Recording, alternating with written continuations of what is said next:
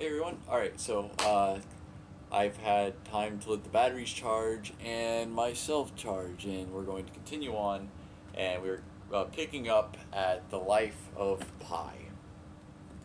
Now, this movie I believe was shot in 3D, and famously, the VFX studio that won the award for Best VFX the year this movie came out ended up going out of business like the day before they won the award or the day after. It was a really ironic tragedy. But this is a fantastic 3D movie that I would highly recommend from for everyone's collection. And I personally don't have it in top 10, but this is a really good one. If you have it, show your people that are kind of skeptical about 3D. They have a really nice scene with some flying fish where they mess with the aspect ratio. You can tell they really had 3D in mind for this when they were filming this movie. And it's a genuinely great movie anyway. Moving on, oh boy, what do we got here? We got the Lion King Diamond Edition. This is like the rarest version of the movie. And you can tell there's another version of this that has like a red outline, but this is like this is the one that was released in the US, I believe. And this is the best way to watch The Lion King. And that is because the 3D in this movie is extremely well done. Even the post-conversion on the characters, everything fantastically done. There's the shots of Africa look so beautiful in 3D. There's a lot of pop out in this movie. They really have a lot of fun. This is one of the best 3D Blu-rays that I own. And it's a nice thick case. It looks really good. I'm glad this movie got a post-conversion because it's fantastic. I mean, it's the quintessential Disney Renaissance film to own. Now we're coming up on another three-fer. This isn't my trilogy. This is my roommate's, but it's part of the collection anyway.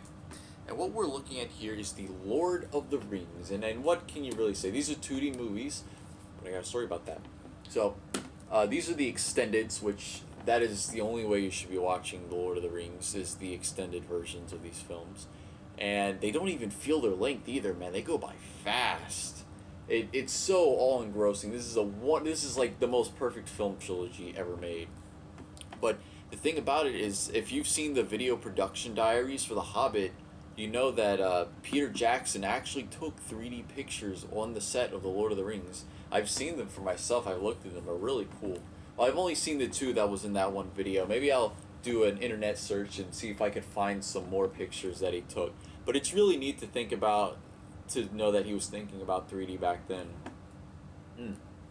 And it would be really cool if these were done in 3D. And I think it would be really cool if these were post-converted. And I think if 3D had kept its charge up long enough, they might have actually sat down to post-convert these films. I would love to see that, a really nice post-conversion, the same way they do with Jurassic Park, or a later film that I'm gonna bring up.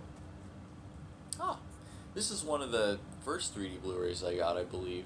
And I saw this one in theaters, Mad Max Fury Road. This movie was originally going to be shot in 3D, but unfortunately, due to technical limitations, they were forced to post-convert it. But that is okay, because this movie is definitely designed for 3D from the ground up. And there's a lot of pop-out, there's a lot of deep stuff. And this movie, in and of itself, is fantastic. It is a fun roller coaster ride, car chase action sequence from beginning to end. It's got a nice heart to it. You really end up caring about these characters, and there's very little dialogue between them. It is so phenomenal how much you can get out of such a small little concept. And the 3D really adds to that action adventure ride, especially one last shot with a steering wheel that flies right into your face. I can't even recommend this enough. This you should just have this movie anyway. You should definitely see Mad Max Fury Road if you haven't. Absolutely wonderful. And the sad thing is that it did not get an IMAX 3D release. It might have gotten a limited one after the fact, but it lost it. Almost got Five Nights, but 50 Shades of Grey actually got the IMAX release instead of this, and that, I mean, I don't even have to tell you how you should feel about that. Next one, we have another DreamWorks film. DreamWorks is really good with 3D. They have Captain 3D Phil McNally working for them. I don't know if he works there anymore, but he was the lead stereographer for a very long time. And you can tell, and this is another fantastic movie.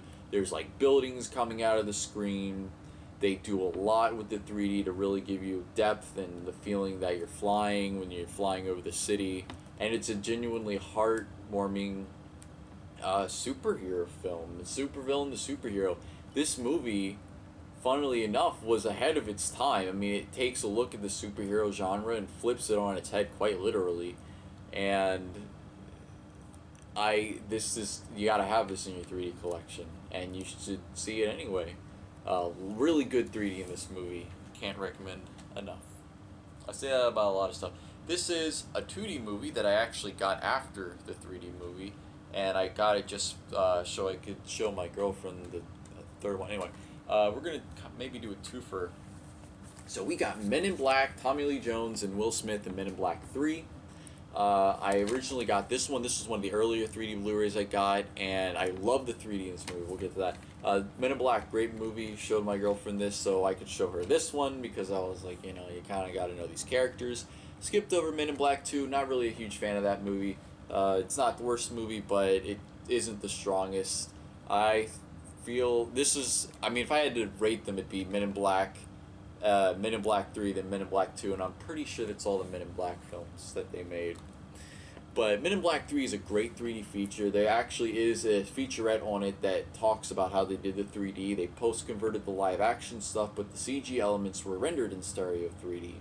And one of the best scenes in this movie for 3D is when Will Smith throws himself off the top of the Empire State Building, and he's falling and falling and falling, and he's traveling through time. Spoiler, it's a time travel movie. He's traveling through time, and the 3D is just really deep, and you really feel how high up in the air he is. And 3D lends itself really well to the Men in Black universe. In fact, I wouldn't be sad if they post-converted the first two movies. They had like the stuff with the space shuttle and a lot of action scenes, but having like the finale take place on this really high space shuttle area is a really brilliant move, and it's a perfect storm. This is definitely one you should check out. Men in Black movies are always fun. Now this is an interesting story. So I saw Miss Peregrine's Home for Peculiar Children. I had no idea what it was about. I didn't even know it was based off a story, but it's a Tim Burton movie. And I remember seeing the trailers. I was really blown away by how good the 3D was, and I had to check this out, and I'm glad that I did. 3D in this movie is fantastic. Lots of deep moments, lots of pop out. It's a really bizarre film. It's all over the place. I was not expecting some of the things that are in this movie. There are creatures in this movie, and when I saw it for the first time, I literally yelled, "Oh my god." Well, I didn't yell it out loud, but I was like, "What the fuck?" It was terrifying. It was like a Slender Man thing. But there's a really nice scene with Pop Out when they slow down in reverse time around the second act of this film. This is an interesting movie. I'd say that if you don't have it and you have a 3D TV, this would be one worth checking out. This is one I would show people, be like, hey, you know, this is how good 3D can really look if they give it a shot. And bam. Here's another one that I saw in theaters and was able to pick up. Back when Disney released 3D Blu-rays in the States, we got Moana. This is a great movie. Really good 3D. I haven't seen this one in a while. There's a shot where they jump into this volcano type thing, and it's really, really deep. I remember that. I remember the twist at the end. But the 3D is good. I mean, Disney usually does good with their 3D films. But this is just a good movie in general. You really don't need the 3D to enjoy this movie, but if you have a 3D TV and you don't have it, then you might as well pick it up like that. You won't be sad. A lot of fun. Moana. Now, this movie holds a special place in my heart for several reasons. First off, this was the first 3D Blu-ray I ever bought, and I got this before I even had my first 3D TV while I was still waiting for it, and there's like some gubbins in it. Let me get that out. We're talking about Monster House. I remember when this movie was coming out in theaters, I was so excited. I was in Canada at the time. I was visiting family in Canada, for the summer, and I was so excited. I have never been more excited for a movie in my entire life. Even nowadays, like I was the closest I got was like Endgame and Infinity War. That's the closest I've gotten to be excited for a movie like this. I but it doesn't even come close. I was so hyped for this movie, and I saw it, and I absolutely love this movie. It is underrated classic. It's almost a cult classic. There's still a dedicated fan base to this, but this movie came out in 3D. This was one of the Image Movers films by Robert Zemeckis, and this is the one that got it really, really, really right. Adventures of Tintin looks really good, but this is the one that really figured out how to use the style. Hope you guys can see it good. The camera might just be a bit dark. Who knows? Let me keep the hair out of my face. Sorry about that. Really good 3D, deep. It has pop outs. It's great, and it's just a fantastic film. I would recommend watching it. It is a very good mix of creepy and dark, and you don't have to worry too much about kids getting scared. But it is a little bit of a scary film in and of itself. It actually almost got a PG-13 rating. That was really close, but it didn't quite make it there. They had to change a few things. Yeah, I was really excited to see this in 3D because I didn't get a chance to when it was in theaters, and finally getting to see it in 3D felt like the end of a journey. Really, really great movie. Highly recommend this one. All right, we're moving on to the third stack, or no, the second stack. I don't know. It's some stack. Doesn't matter. We might do a twofer for this one. We're gonna do a twofer for this one because this is a prequel and an original film. We got Monsters Incorporated and Monsters University.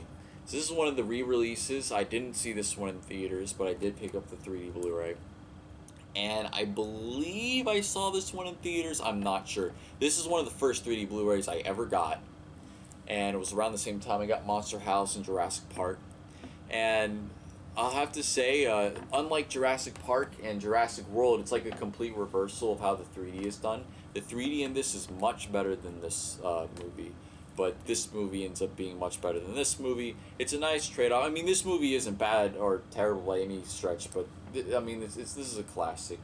But the 3D is really well done in this movie, and there's a great message at the end. It's absolutely fantastic.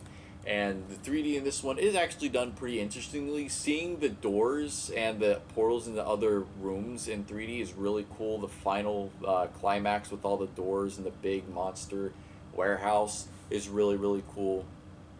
This one, I feel like the 3D is slightly better than in Finding Nemo, but that just could be because of the framing and how this movie was shot. There's a lot of corridors, a lot of hallways, and a lot of layers. But yeah, if you have to choose between, I mean, you might as well get both. But these aren't like super high on the list for 3D movies. But like I said, the 3D in this one is really well done. Okay, so this is another special movie. This is DreamWorks' first 3D film. Famously, Jeffrey Katzenberg saw another movie that is coming up on my list that we'll get there when we get there. We're getting there. We're gonna get there somewhat soon. And after he saw that movie, he was completely blown away, and he said from then on, DreamWorks is going to produce, or Animation Division is going to produce 100% of its films in 3D, and they got the best guy in the business to do it. And this is a perfect movie for 3D, because it is a love letter to those old horror films, science fiction horror films from the 50s, that sort of thing. And a lot of those films were filmed in 3D. Especially, you have The Missing Link, who's obviously Creature from the Black Lagoon, and I'm not sure if any of the rest of these... I mean, Godzilla eventually ended up getting a 3D movie. Aliens always, they got 3D movies and stuff. But this is a really fun movie. This has a lot of depth. It does a lot of fun stuff with 3D. There's a ping pong ball at the beginning, which is a direct reference to an older 3D film that really comes out of the screen. This is a really good one for 3D. Lots of depth, lots of volume throughout the whole thing. If you like 3D movies and you want to show like a really fun 3D movie off to your friends, this is the one to put in. It's not too long, not too complicated. Short, sweet, fun concept, and they did a great job. And there are some things in it that I think I don't know if they were intentional. They might have been intentional that way, but there are some things in this movie that kind of break the rules that is put in Phil McNally's book. But I'm pretty sure he knew, and he just wanted to have fun for his first big theatrical 3D movie, and that's what they did. And then he took the lessons he learned from this and applied it to How to Train Your Dragon and made one of the greatest 3D movies of all time. But yeah, this one is definitely worth having if you don't. I was really excited to find that one. Now, this is another DreamWorks movie. I don't know why all the case art keeps slipping out of the thing. Wouldn't it be a problem if I had Steelbook, huh? Anyway, we're talking about Mr. Peabody and Sherman, man. I was like, I don't know how DreamWorks is going to handle this property. If you guys know, this is based off an old cartoon. Or an older cartoon about a dog and his boy that go on time-traveling history adventures. And I think they captured the essence of that really, really well here. And the 3D in this movie is absolutely fantastic. It's really well done. They have a lot of fun with the 3D. And it's just a really feel-good movie with a lot of fun history jokes. And it pretty much is that original show, but done as a feature-length film with several different time periods. It is a movie that captures the essence of what made the show great, and they went with it. There's a weird message or there's like a weird subplot that gets brought up halfway through, and that's kind of like ends up being like the whole lesson, or like the thing between Peabody and Sherman at the end of the movie. It's weird. It's like Peabody doesn't think Sherman can really do anything, and it kind of feels out of nowhere when they bring it up. It's not really, I don't know. But anyway, this is a great movie, really good 3D movie, and I would recommend this one, definitely. This is a rarity. Actually, the next one's even rarer than this one. Not in the content, but whatever, we'll get there. Murder on the Orient Express. I saw this movie. I was really excited to see this movie. They had a star-studded cast. I love trains. I love mysteries. And this is awesome, and I'm really happy that they're going to be doing the sequel to this, Death on the Nile, which hopefully won't get postponed or moved back. It's supposed to come out in December. Looking forward to that. Hopefully it's just as good. Murder in the Orient Express is a fantastic movie. One of the most famous murder mysteries of all time, and it's been adapted so many times, and if you don't already know what happens, I won't say what happens, but it is great. I highly recommend Murder. It's a beautiful looking film too. I mean, everything about it. Hercule Poirot is such an interesting character. It is very well done. Everyone brings their A game to the table, and I am very excited to see him continue his adventures in Death on the Nile, which they actually reference at the end of the thing. It was probably just like a reference, like, oh, it's another famous story that he's in, and then they were like, oh, well, it made a lot of money and it was successful, so we're going to continue with that. Now, this one, I don't really care about. The other Boleyn girl, it's about Henry the freaking 8th or something. Anyway, I've never seen this movie. This is actually my parents' Blu-ray. This is this is like the first Blu-ray, one of the first Blu-rays they bought when they got the PS3 back in the day, and yeah, that's how long I've had this movie. I've never watched it. They got this movie in like 06 or 07. When did this movie come out? I don't even know. 2008. And I've never watched it once. So I don't know what to say about it. I guess if you're into historical dramas, this might be fine for you. I literally don't know. I have no idea. This is one that I had been on the fence for a while, but I heard it had really good 3D. And it is Disney's Oz the Great and Powerful. And of course, Disney is no stranger to making Wizard of Oz films, or Oz films. But this one was a 3D movie. And I'm not sure if this was filmed or post-converted, but this is a really good 3D movie.